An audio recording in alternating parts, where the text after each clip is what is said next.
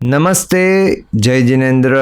दोस्तों, यह सभी अवशेष वहाँ के हैं जहाँ पर कभी 700 जैन मंदिर हुआ करते थे। इस क्षेत्र का नाम है बूढ़ी मांडव। जी हाँ, यहाँ पर हम बात करेंगे मध्य प्रदेश के मांडवगढ़ की।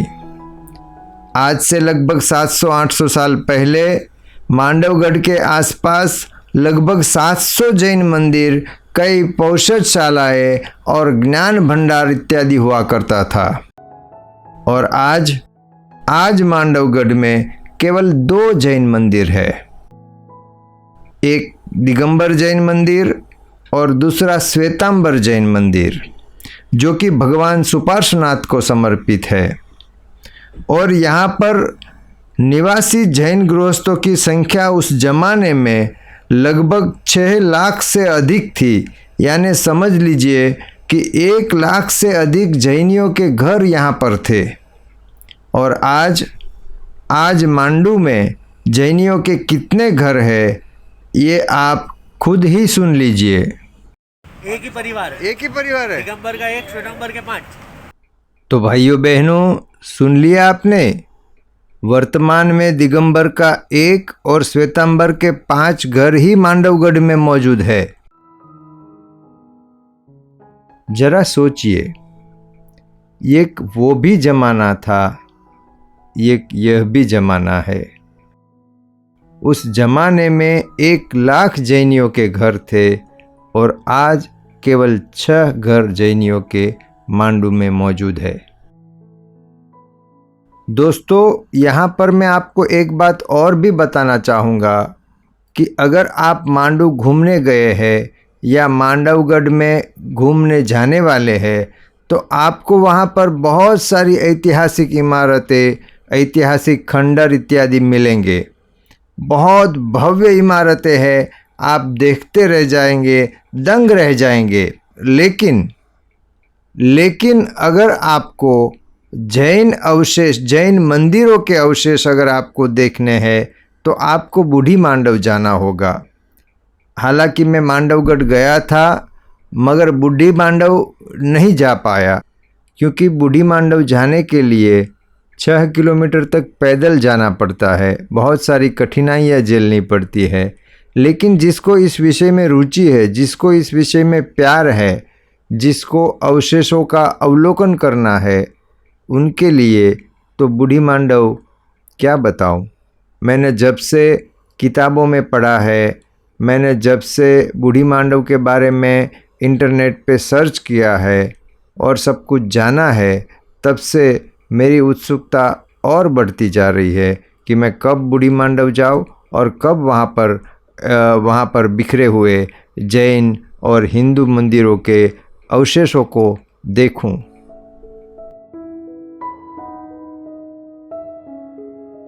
यहाँ पर मैं प्रशंसा करना चाहूँगा धार जिले के कलेक्टर आलोक कुमार सिंह की, चूँकि 2020 में उन्होंने बूढ़ी मांडव जाने के लिए 6 किलोमीटर की पैदल यात्रा की और ट्रैक्टर पर सवार होकर वह बूढ़ी मांडव के उस क्षेत्र में पहुँचे जहाँ पर भारी मात्रा में पुरातत्वीय अवशेष बिखरे पड़े हैं।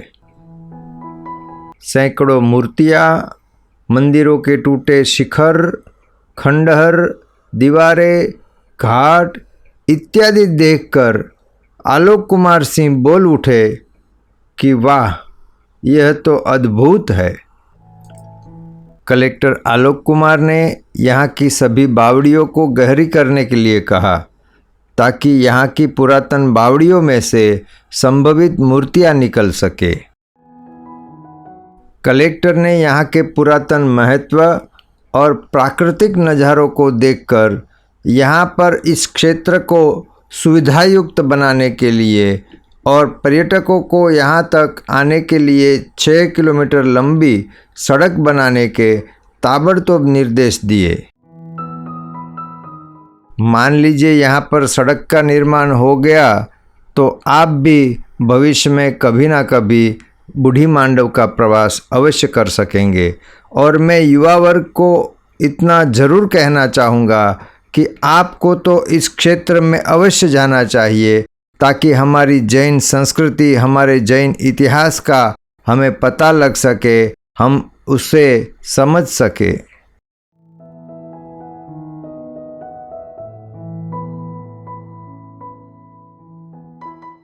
किसी ने ठीक ही कहा है कि अगर पत्थरों के जरिए इतिहास जानने का मन करे तो मांडू घूमने की तैयारी कर ले। तो दोस्तों, अभी जो आप देख रहे हैं इस जगह का नाम है छप्पन महल। ये मांडवगढ़ में स्थित है और 16वीं शताब्दी में इसका निर्माण किया गया था।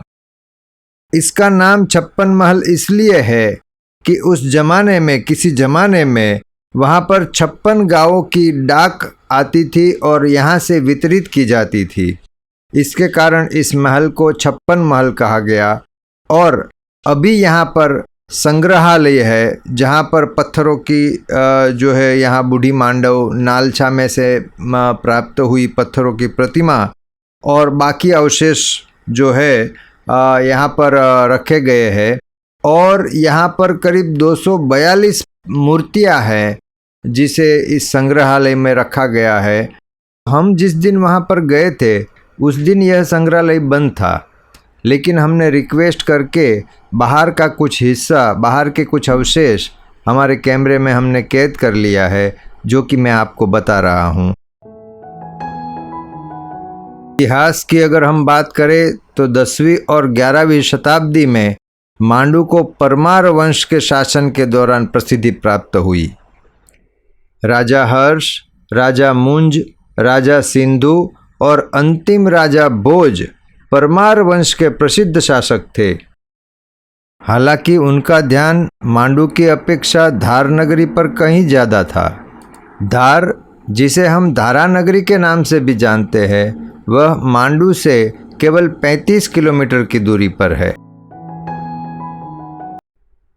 परमारों के संरक्षण तथा जैन भट्टारकों, मुनियों, साधुओं, आचार्यों तथा उत्साही उपाध्यायों के प्रचार प्रसार एवं मालवा के जैनियों की संपन्नता और उदारता के परिणाम स्वरूप तत्कालीन मालवा के सभी प्रमुख नगरों और गांवों में जैन धर्म से संबंधित अनेक निर्माण संपन्न हुए। मित्रों, यहाँ पर आपको एक प्रश्न जरूर होगा कि मांडवगढ़ में जैनियों के 1 लाख घर यानी 6 लाख के करीब जैनियों की संख्या आई कहाँ से? तो ऐतिहासिक कुछ ग्रंथों के अनुसार 12वीं शताब्दी में राजस्थान के मांडलगढ़ पर जब शाहबुद्दीन घोरी, याद रखिए राजस्थान का मांडलगढ़, मांडवगढ़ नहीं, हाँ, तो राजस्थान के मांडलगढ़ पर जब शाहबुद्दीन गोरी ने आक्रमण किया तब वहाँ से बहुत से जैन परिवार नलकच्छपुर यानी मांडव का उपनगर नालछा में रहने को आ गए। इनमें पंडित आशाधर का नाम प्रसिद्ध है। बाद में 13वीं शताब्दी में परमार नरेश जयसिंह देव तृतीय के समय मांडव में उसके मंत्री पेथड़ शाह और उनके पुत्र झांझण शाह का नाम बहुत सुप्रसिद्ध है। उन्होंने जैन धर्म के सभी अंगों की बहुत सेवा की थी। हालांकि इस विषय में मांडव, नालछा, धार आदि स्थानों के जैन श्रेष्ठीगण भी पीछे नहीं रहे।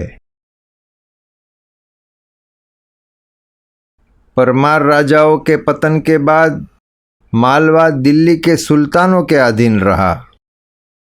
ईस्वी सन 1401 में दिलावर खां गोरी ने शादियाबाद यानी मांडू को स्वतंत्र घोषित किया।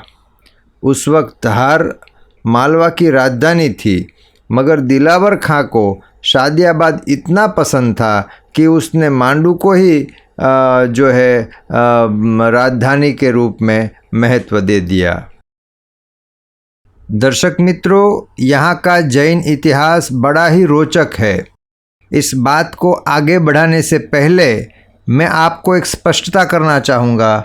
मांडू, मांडव, मांडवगढ़, शादियाबाद नालचा, बूढ़ी मांडव, ये सब एक ही स्थान के नाम है।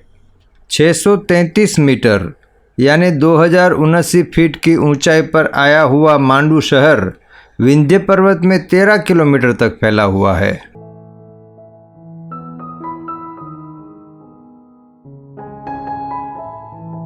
दोस्तों, अभी तक आपने ये तो समझ लिया कि मांडवगढ़ एक समृद्ध, संपन्न और बड़ा शहर था, लेकिन मैं आपको ये बात बताना चाहूँगा कि मांडवगढ़ में जैन इतने समृद्ध थे कि वहाँ पर यदि कोई बाहर से नया जैन बसने के लिए आता था, वहाँ निवास करने आता था, तो मांडवगढ़ के 1 लाख जैनियों के घर से उस जैन को, नए आने वाले जैन को, जैन परिवार को 1 सोने का सिक्का और 1 ईंट भेंट में दी जाती थी। यानी सोचिए कि 1 लाख घर से प्रत्येक घर से 1 सोने का सिक्का और 1 ईंट नए आने वाले साधर्मिक को भेंट दी जाती थी।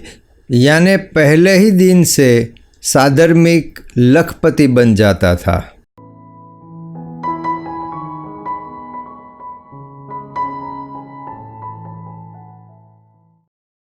तेरहवीं और 17वीं शताब्दी ईस्वी के बीच की अवधि के दौरान यहाँ कई बहादुर मंत्री और गृहस्वामी रहते थे।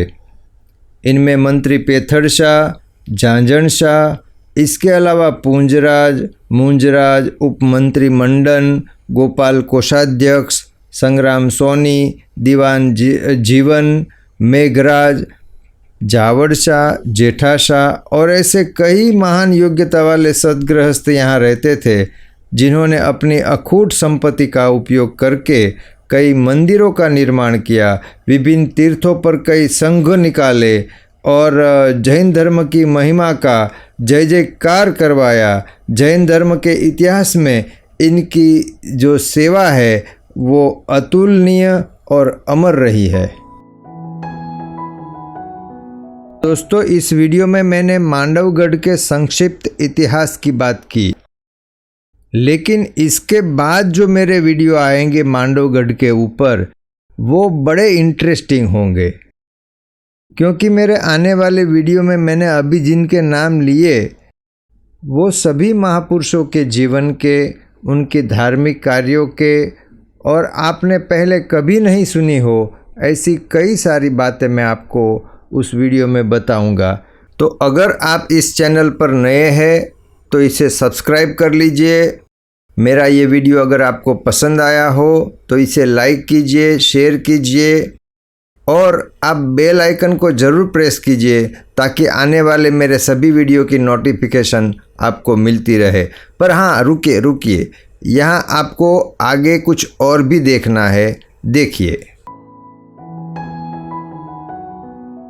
यह शांतिनाथ भगवान की अष्टधातु की प्रतिमा जी है। यह प्रतिमा जी फिलहाल यहाँ पर पौराणगत से विराजमान है, लेकिन यहाँ पर जो बड़ा पीछे की साइड में एक बड़ा मंदिर बन रहा है उसमें ये प्रतिमा जी का स्थापन होगा। फिलहाल यहाँ पर मांडवगढ़ में श्री सुपार्श्वनाथ भगवान के जिनालय में ये प्रतिमा मौजूद है, लेकिन यहाँ से 150-200 मीटर की दूरी पर भूगर्भ से ये प्रतिमा जी प्राप्त हुई थी और बड़ी चमत्कारिक घटना थी वह। मतलब यह प्रतिमा जी के साथ में श्री राम, लक्ष्मण जी, सीता मैया और सूर्य नारायण की प्रतिमा जी भी मौजूद थी और यह सभी प्रतिमा जी उस गर्भगृह से मिली थी। किसी को स्वप्न आया और वहाँ से प्राप्त हुई। बाद में यह सभी प्रतिमा जी को यहाँ से धार ले जाने की कोशिश की गई। सभी प्रतिमा जी को हाथी पर विराजमान किया, लेकिन हाथी वहाँ से चला ही नहीं। इस बोर्ड को पढ़िए, इसमें यह सारी बातें लिखी हुई है।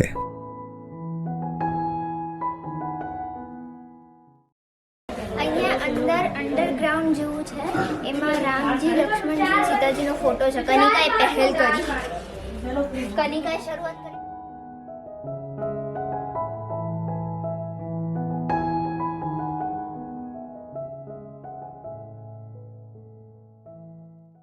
मित्रों, ये वीडियो आपको कैसा लगा कमेंट करके ज़रूर बताइए। और मांडवगढ़ के जैन तीर्थ के ऊपर मैंने इससे पहले 3 वीडियो बनाए हैं, उसे भी जाकर आप ज़रूर देखिए। मैंने लिंक डिस्क्रिप्शन में दी है और आपको आई बटन में भी मिल जाएगी। धन्यवाद।